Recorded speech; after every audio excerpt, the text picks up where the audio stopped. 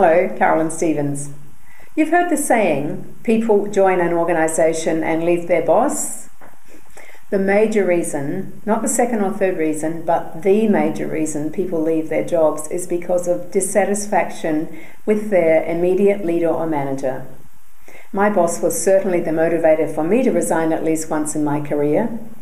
Let's make sure that won't be so for any of your team members.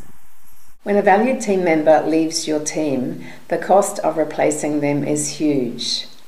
Think agency costs, advertising money, interview time, induction time, training costs, time spent mentoring and coaching, and the loss of your own productivity because you're focusing on these things. And also, let's not forget the stress that's placed on those needing to pick up the slack.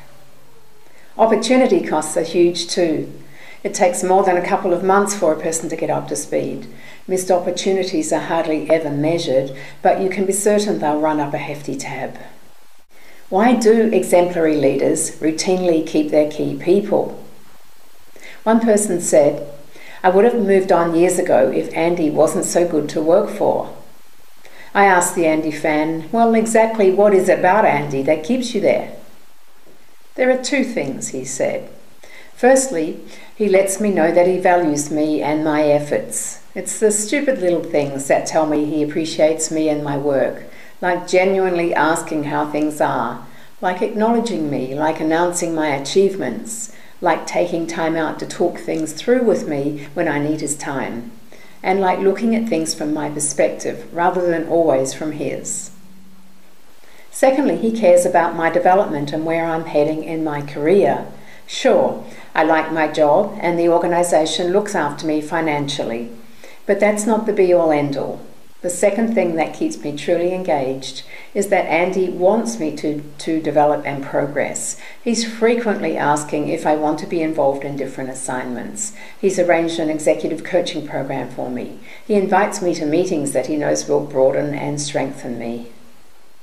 I know you'd like to have the time to be an Andy, but consider this. Andy isn't any less busy than 95% of other leaders I've met. Andy makes it a priority to make sure his team members feel respected and valued and backed by him. That's the difference that makes the difference. Disappointingly, there are still lots of leaders who primarily talk with their team members only when they need something from them, and if they give feedback at all, it's predominantly of the disapproving kind. Of course, there's an even bigger group who are more elegant than this, but they're still not quite an Andy. How closely are you aligned with Andy?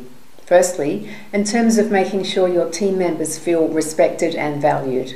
And secondly, in terms of them actually feeling backed by you because you take time out to discuss their development and their career. These are your keys to holding on to your team members and to keeping their discretionary effort high.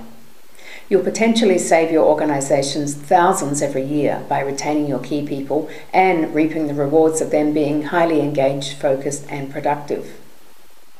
Keep your feedback about these bulletins rolling in, won't you? And please give me a hoy if you want to talk about your circumstances or those of a leader in your team. All the best until we next communicate.